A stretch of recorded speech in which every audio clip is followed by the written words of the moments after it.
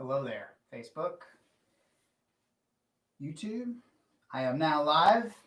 Probably going to start in just a moment. So I'm letting this populate with people who are coming in. So if you're watching a broadcast of this, if you're watching a video of this, you can fast forward, a minute, and then I'm going to jump in.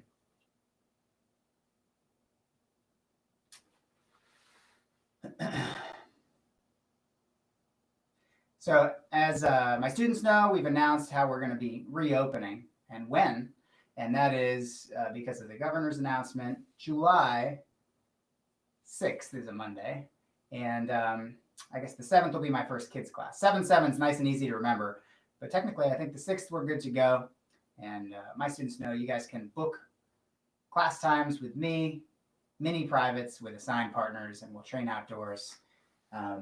And that's how we are reopening. We have a 3-phase sort of reopen plan. That's all on our social media. So please check that out if you're a student of PMA. I've got a infrared no-touch thermometer that I've tried on myself and my dogs. Everyone will be happy to know I'm a good temperature and the dogs are a healthy temperature, according to the professional that I know.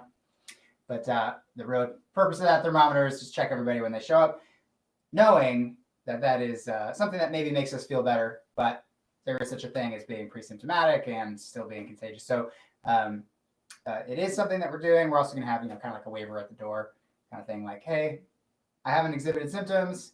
My plan is not to go hang out right after this with somebody who's high risk or in the near future. So you guys have to plan your training and your personal schedules in tandem so that we're taking care of everybody and we're taking care of each other. Okay.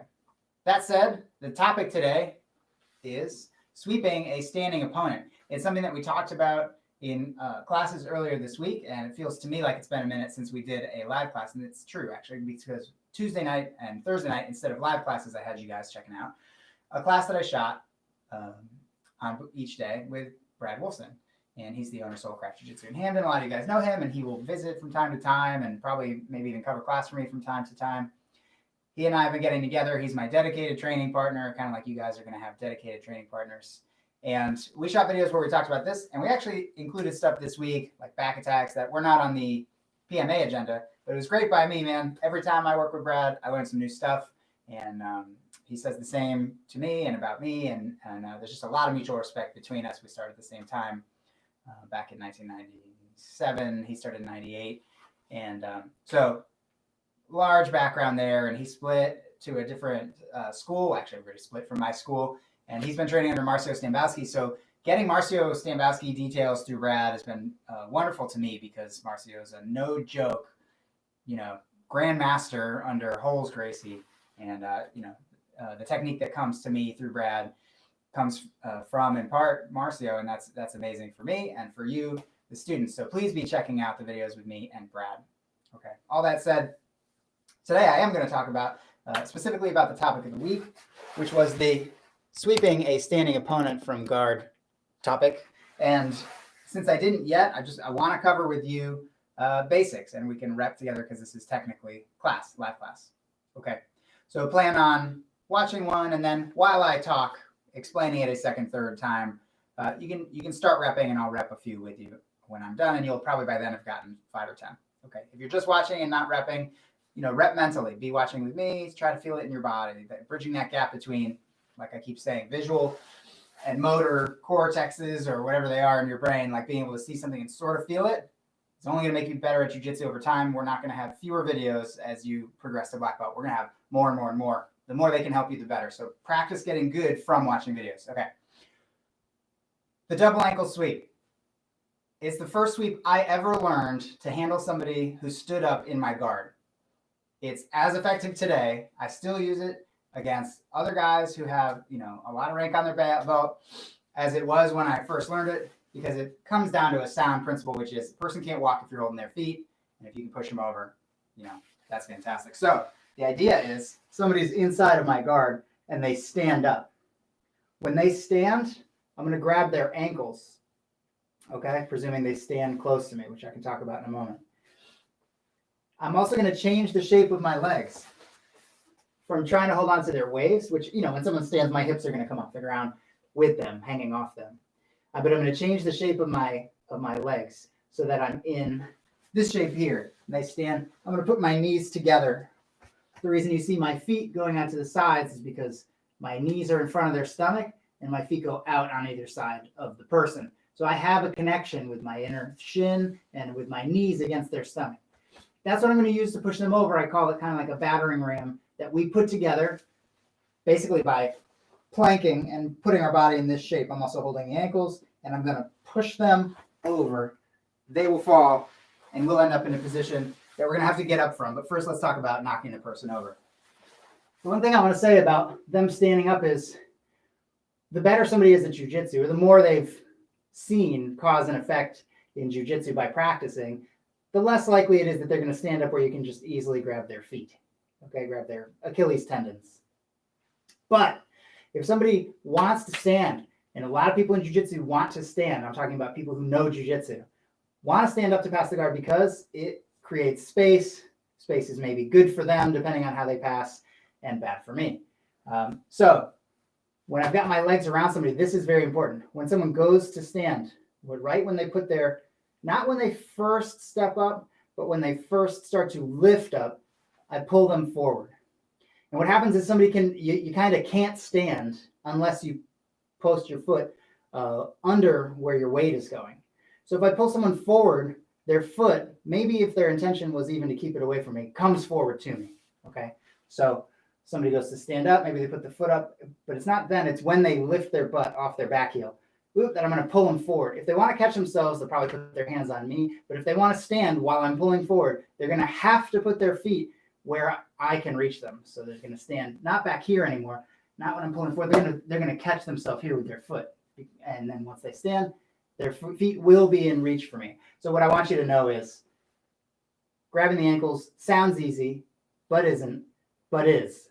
It's not easy if somebody knows and they stand out of reach. But if you pull them towards you, if they're going to have balance while they stand up, they're going to have to step where you are. So boom, boom, catch their ankles. Okay. When they stand, I'm going to make that battering ram, which looks like this. And I'm going to push them over, making sure that you won't pull them off their feet necessarily. You won't pull their feet off the ground to slide along the ground. But make sure there's a pulling action against their Achilles because they will try to walk back through your grips. So there should be some pull here while you push them over. Just to give you a side angle view. Would be here and pull them over. Okay. The position I land in, like this with my feet in their armpits almost, super not ideal if somebody knows footlocks. So I'm going to concede that right now. So if I've just knocked somebody over and I stay here and I leave my feet, even though my upper legs are inside their legs, it's going to be, their legs are, let's think about this. Their legs were underneath my legs, under my hamstrings. So when I fall, they still will be. But look where my feet are. This is not good if somebody's going to be attacking my feet. Okay, so I want to get up right away. I'm going to show you the way that I learned to get up when I first learned this move, which is sort of an around the world get up. And I'm going to show you another way to get up as well. Okay, I've knocked them over. I'm going to put my hand, if you imagine a square on the ground, this is sort of the back left corner. I'm going to put my hand in the back left corner, put my knee on the floor, which is going to involve, because their leg is under my hamstring, lifting my hips up to put my knee down, hop to the front left corner, grab their head, hook their body, and pull myself into a standard mount. Okay? So I just knocked somebody over. 1, 2, 3. Grab their head and center yourself up. We'll do that one more time. I just sat up having knocked somebody over. I don't hold anything now. Hand on the ground, knee to the ground. Hop this to the front, catch their head, hook their body, pull myself into a good standard mount. Okay? I'm going to do that twice more, just from a seated position, having just knocked someone over. Back corner, right? Put your knee down, front corner, hook the head, hook the body, pull yourself to here. Last one that I'll do, quote unquote, with you. Back corner, knee to the ground, hop to the front corner, hook the head, and pull yourself to a good regular mount. Now, another way that you can get up, if you're concerned about, as we should be, about somebody grabbing your foot, is to, at the point of no return, when you're knocking somebody over, to bring your feet back to yourself. So after I push somebody here and they start to fall, I can retract my legs. They're still going to continue to fall. I'm going to retract my legs and put them down on the floor between that person's groin area, right? I will have just knocked them over. And as they fall, I retract, bring my knees to my chest, put my feet on the ground inside, and now I can get up by folding one under. Get up. For me, I'm going to get into a stacking type pass. For you, whatever you like. You might get into a knee cut type pass, etc. So after knocking someone over, you can retract your legs and get up here. Let's do, like, I'm going to do two more kind of with you, right? So we knock someone over, immediately retract the legs, and I'm doing, what we call at school, a Captain Morgan as a warm-up workout, right? Grab the Achilles, knock them over, bring my legs back to me, and get up this way, okay? It's another way to keep your feet safe because that's a legitimate concern doing this. So that said, there's another way you can actually knock them over, which doesn't even put your feet in that kind of danger, and it's this here. Instead of catching their Achilles and going up into this position, I'm going to do this. Catch their Achilles, open my knees wide, and what I'm doing is I'm hitting them in the shin. Their shin is right here. I'm holding their Achilles. Hit them in the shin with my hamstrings. I'm not the most flexible person, but I can open my legs enough that my feet are nowhere near the armpits. The armpits are up there. If I do this, boom, my feet are totally safe. Knock them over, and it's going to be the same thing. I'm going to fold my legs in for the get up at that point. Okay. So someone's in my guard. I pull them toward me so that they have to stand here. When they do, I grab their ankles. They stand up. I'm going to knock them over with my hamstrings. And at the point of no return, when they start to fall, I'm going to fold this back in and get up in a Captain Morgan. I will be doing a double under as my training partners know about me. Last one. I pull someone toward me so I can catch their feet. They stand anyway. I knock them over here, fold in for what's going to be looks like sort of a Captain Morgan, where my feet come in, but I don't put both on the ground. I put one across underneath the other so that I can get up here and make a terrible sound with my knee. Okay. And that's all the double ankle sweep info I can give you.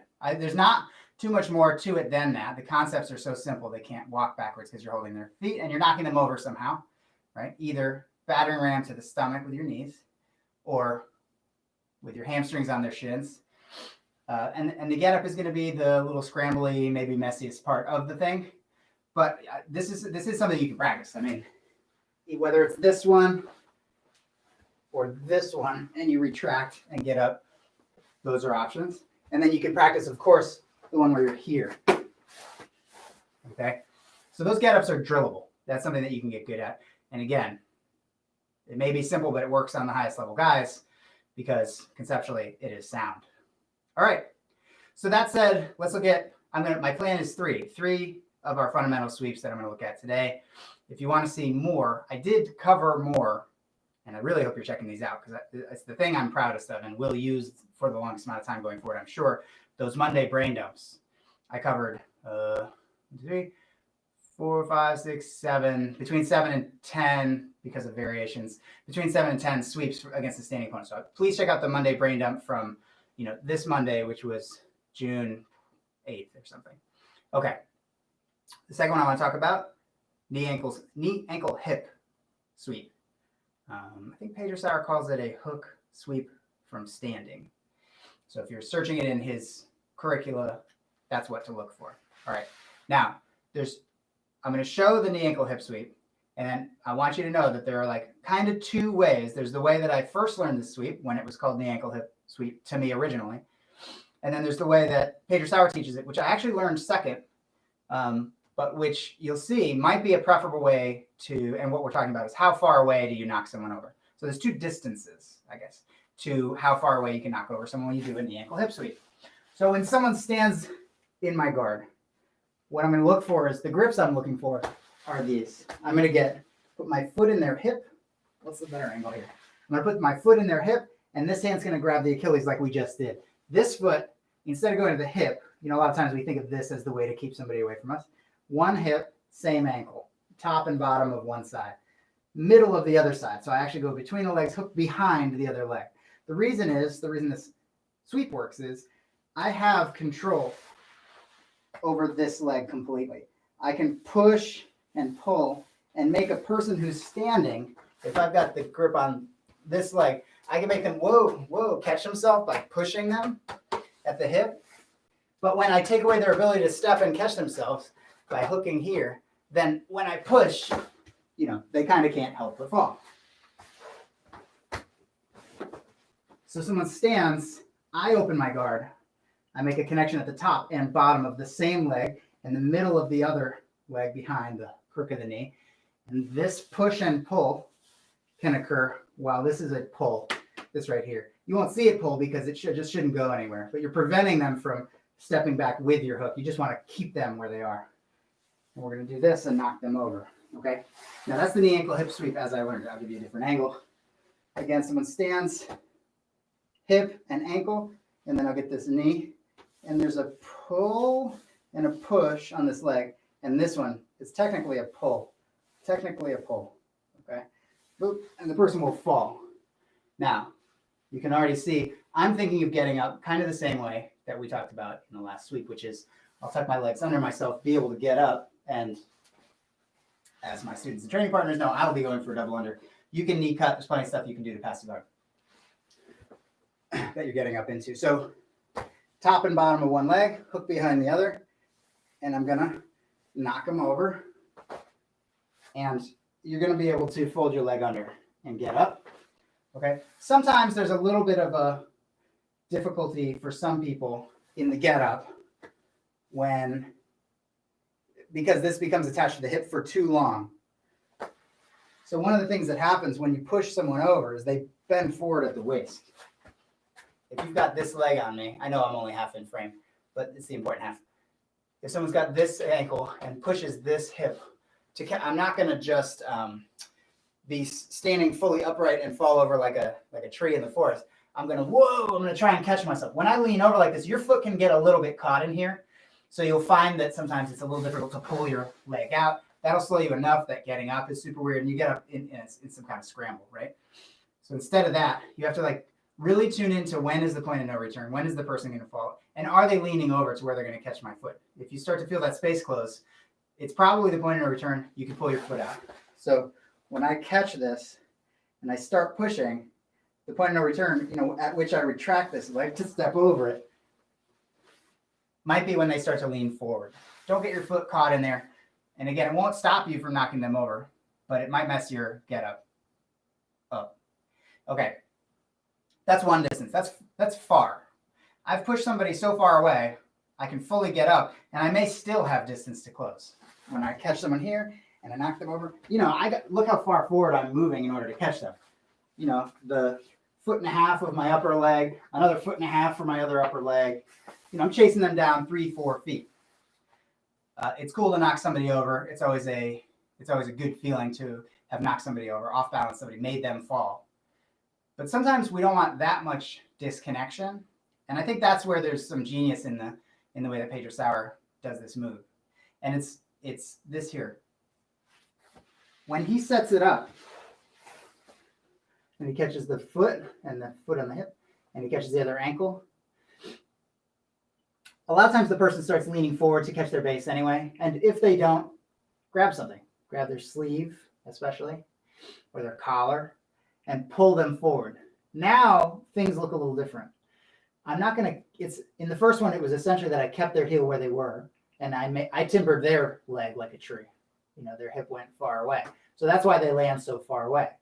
For the Pedro Sauer hook sweep from standing, it's a little bit different. When a person leans forward and you push with your foot and lift them up, you can pull their foot into your armpit. Okay? So if you have the footage, if you can go look at his video, you'll see it with another person. But hopefully I can make it clear here, even though it's just me. I'm going to set up the same connections, pull the person over me. Let me give a side view, total side view. Okay. Pull the person over me, extend up so their leg gets light, and then pull their foot into my armpit. Now when they fall, my knee lands on the other side of their leg, and I'm already getting up into mount, right? Their upper body basically lands so close to me that I can simply mount them, okay? So I'll show it again. I won't be able to add another human here. So hopefully I've made it clear, but the idea is when somebody stands in my guard, I make my connections, top and bottom one leg, and this one goes between the legs here. And instead of pushing them away, I push them up and pull the leg into my armpit. Now the hip will hit the ground about here, my knee will land on the outside, and when I get up, I'll be getting up right into mount. It's actually a very cool thing. If you can off balance them above you, basically bring their center of gravity over yours and push their leg up to pull their heel into your armpit, they'll land nice and close because their leg is about, this long. You step over. Okay, and that works on people with longer legs as well. Very good. Knee, ankle, hip sweep. Log that one. That one is also one of the very best that you could do against a standing opponent. And the sickle sweep is the third one. And the sickle sweep is a fantastic sweep on its own. But I most often teach it in combination with the knee, ankle, hip sweep. You don't need to combine them. But why not take this other useful piece of information? Oh, hey, one leads into the other, and just store that where you store your move, okay? It's also a great way to show them together like we are. If somebody stands in my guard and I catch the foot, block the hip, and I set up a knee, ankle, hip sweep right here. So of course I have my push, pull, and they should fall. That'll knock them over. But a lot of times a savvy player might make a C grip with their hand or somehow grab my foot and stuff it. They say, get off my hip. They can tell that being controlled at the hip, which it is everywhere, is not good for them. Not good. They don't like a foot on the hip. They're allergic. They push that thing down. Not easy to clear it any other direction. So a lot of people do clear it by stuffing it down. Now I have the bottom of one leg, but not the top. And I have my hook in place, but it's not going to do anything if I can't, push their upper body around. So when I catch the heel, and this is here, and they stuff this, the imperative to me is to get control again on one leg. So I'm going to use the hook foot and just switch it. You'll notice that when somebody's, hand on this side pushes this down, that hand is now on this foot, not blocking the hip. So I can actually go right to the hip with the other foot. Now this one, which they were pushing down, I can just cut it behind their other leg. I've still got this, and I can push them over this way. Okay, I'll show you guys a couple of angles. Hopefully it's helpful. So I've set up here, here, and here. Okay, and they stuff this. They go, they push that down. Get off my hip. Okay, and I say no. I want to be on your hip. I'll put my other foot there. So stuff, replace. And this one that got stuffed, they can only push it. They can't control it once it's down low. So you're just going to get on your side a little bit. And this one comes behind their other leg. And you can push them over in the same way.